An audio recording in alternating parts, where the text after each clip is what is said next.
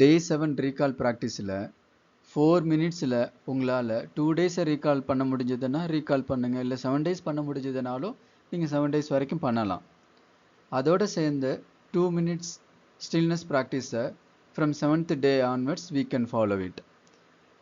அந்த 2 minutes stillness ப்ராக்டிஸ்னால் என்ன அப்படின்னா, அமைதியாக உட்காந்துருங்க, முதுகுத்தண்டு நேரம் இருக்கிற மாதிரி பார்த்துக்கோங்க, கண்களை மெதுவாக மூடிக்கோங்க, 2 நிமிடம் எந்த ஒரு உடல் அசைவும் இல்லாமல் பார்த்துக்கோங்க. மூச்சை மட்டும் நீங்கள் கவனிங்க. உள்ளே வர்ற மூச்சையும் வெளியே போகிற மூச்சையும் மட்டும் கவனிச்சிட்டே இருங்க. அது எந்த விதத்துலையும் நம்ம மாற்றவும் வேண்டாம், குறைக்கவும் வேண்டாம், அதிகப்படுத்தவும் வேண்டாம், நிறுத்தவும் வேண்டாம். நீங்கள் மூச்சை மட்டும் கவனிச்சுக்கிட்டே இருந்தால் மட்டும் போதும்.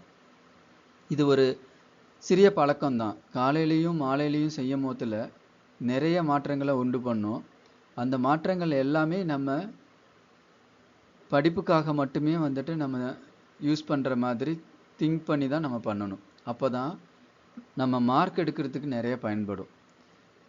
இதோட முழுமையான பயன்களை நம்ம உணரணும் அப்படின்னா இதை நம்ம தொடர்ந்து செஞ்சு அதை மாற்றங்கள் அதனால் ஏற்படக்கூடிய மாற்றங்களை நம்ம அனுபவிச்சா மட்டும்தான் நமக்கு தெரியும்.